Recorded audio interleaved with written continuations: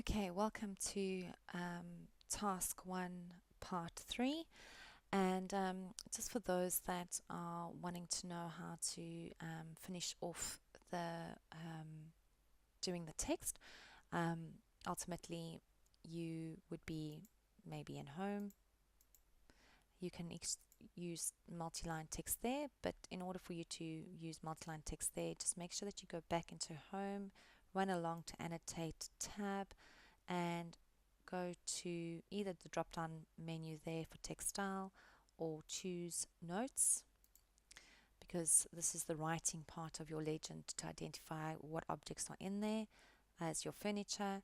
And so notes is 2 times smaller than your title of your floor plan, and therefore we're going to make it smaller writing. So text line, a multi-line text, drop down to your multi-line text, and we are going to write in here. Don't go right to the edge, maybe just go sort of this way here and all the way down there. Oh, it's going to pick that up. Okay, there. And we can now start writing and say that this is legend. All right, I can show you how to make that bigger. You can do that in capital letters. Let's just zoom in a bit because it is quite small now. And we're going to drop down as 1 is just say 3-seater couch, 3-seater sofa, and 2 is armchair,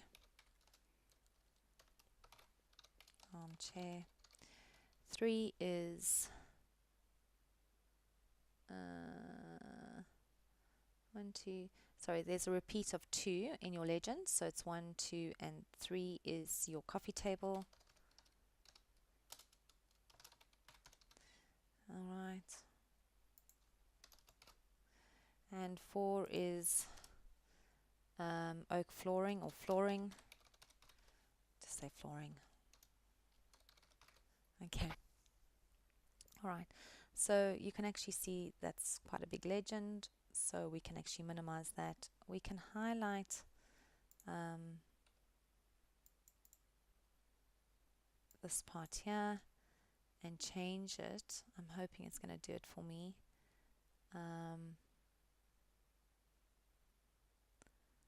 Let's go annotate. It's not going to do it. Okay, so I've got to break that up. I could explode it. Let's see if that works, but I don't know if that would do that. Yes. Alright, so you can explode it or you can do it separately. Alright, write legend first in a subtitle height, which is bigger than your notes height. So go to annotate again, go to maybe subtitle, and that makes it larger. Okay, and press enter, or escape, and our legend is bigger. And that's how you can actually manipulate. So if I wanted these to be not in subtitle but maybe bigger, it should be subtitle actually, or notes. You can see that the difference in height comes. 4, 1, 3, 2 is larger than 4. So you can actually just play around with that to get used to text. Alright, so there's our legend, identifying all the items in the plan. Great. Okay, so now what we're going to do is that we are getting to that stage where we're wanting to actually print it out. And in order for us to print it out, we need to do it in a Paperspace. Alright, now Paperspace is all about taking a piece of paper and wanting to print it out through a printer. So it is called a sheet of paper, or a printable sheet of paper. So when we take Paperspace, it's literally taking a piece of white paper and placing it over our drawing that is currently here in model space. Alright, and then what we're wanting to do is cut a hole into that paper so that our drawing can shine through. So I'll show you what I mean by that. So if I hover over my file tab, which is what I'm doing there, I go down to layout 1. Alright, and you can actually see that there is already a viewport created. So I'm just going to remove that. So I go to home and I go to erase. So what I'm saying, that I'm just reiterating earlier, I said that it's a piece of paper that we are in now. As you can see, it's white. And somewhere behind this piece of paper is my drawing. Okay. But in order for me to be able to print it correctly, I need to set up my printable area, which is this dashed area here. Okay. And you can see that I'm in Paperspace because it says paper. So it flicks between model or Paperspace. It needs to be paper in my status bar down here. And this is the printable area. So what we need to do is we need to jump to layout. Now suddenly you'll see that home, insert, annotate as tabs. Because I'm in layout, suddenly a layout tab appears. So I click on layout and I go to my page setup manager, which is this page setup manager. And it's asking me to set up my piece of paper to the size I want this piece of paper to print to. So this piece of paper that's in front of me here can actually be sized to any sized paper. So I'm going to go modify because I'm in layout 1. And I am going to set this now as a PDF so that I can actually take this PDF to my printer or to an external printer and print it out to the correct size. So what I want to do is I'm wanting to do it as an AutoCAD PDF high quality print, or you can actually just go drawing to PDF. That's also another one.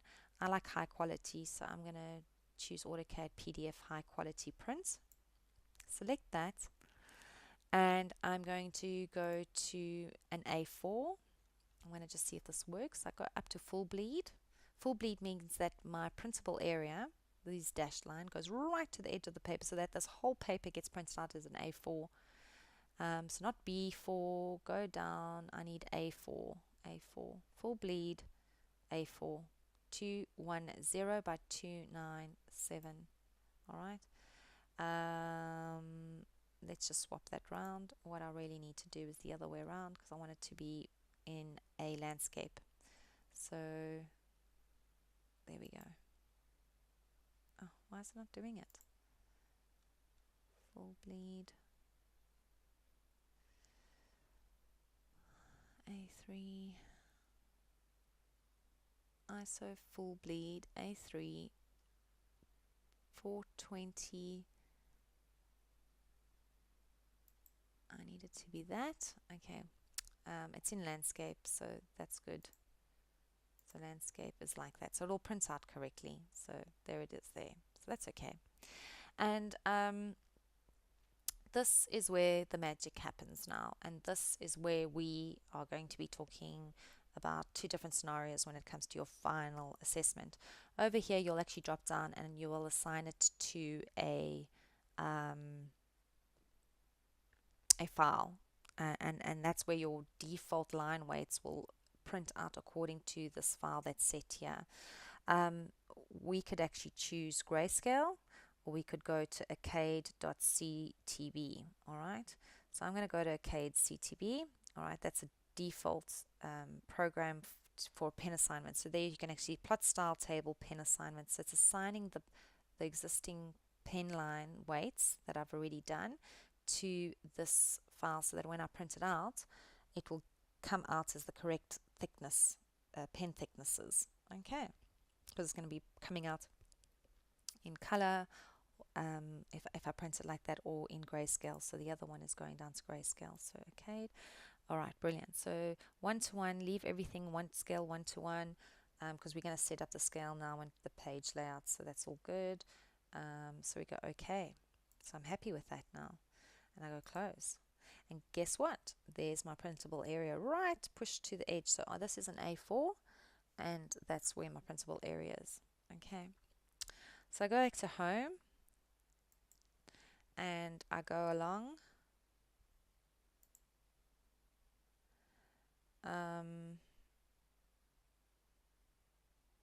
And I choose my viewport now. And I'm going to create a viewport. And to do that, I type in the word viewport, vport. Now what this means is that I'm literally taking my paper and I'm creating a hole in it so that my drawing can shine through. So I am in viewport and I am going to go viewport, type in the word viewport. Okay. And this little one pops up, so you can create many viewports or you can create a single viewport. So let's do single, and I'm going to go OK, and I'm going to go right to the top there so that all of it prints out, and there, and voila, my drawing now pops through. Okay, and I'm still in Paperspace, so I can zoom in and out. Just practice that so that you get used to the difference. This is Paperspace, okay? Because it's on paper. It says there Paperspace. So I can zoom, I can pan by pushing my scroll down on my mouse, and I can zoom in and out. Awesome. So that's all good. What I need to do now is that I need to set the scale correctly. So I need to move to model space. All right, so model space. Now that means that I can zoom in and out on my drawing. Okay, so there's my drawing there. I'm all happy about that, and I'm needing to set it to the correct scale. So I go to over here, scale of the selected viewport, and you know that you are in model space because your viewport becomes highlighted and is more vivid and is thicker. All right, and I'm going to set that to 1 to 50. Okay, so there it is there. So let's just do that again. So if you move that scale again, so if I zoom right up, like if it comes up like that, and I click over here and I choose 1 to 50, it will scale it to 1 to 50. Okay, which is great. But now what happens is I want to lock it. So I press the little lock, select viewport, and now what happens is that I can try and zoom as much as I can in Paperspace, in model space, but it won't allow me because it's locked. So it'll only allow me in Paperspace to move around. Okay, so once you've done that, then you can actually save this, and you can be able to upload it in as task 1, and I'll be able to see if you've done everything correctly according to these 3 videos that I've uploaded. Okay, so see how that goes. That should all be good, and when it gets to the part where you're wanting to actually print it out, you can do so, and I'll show you that now.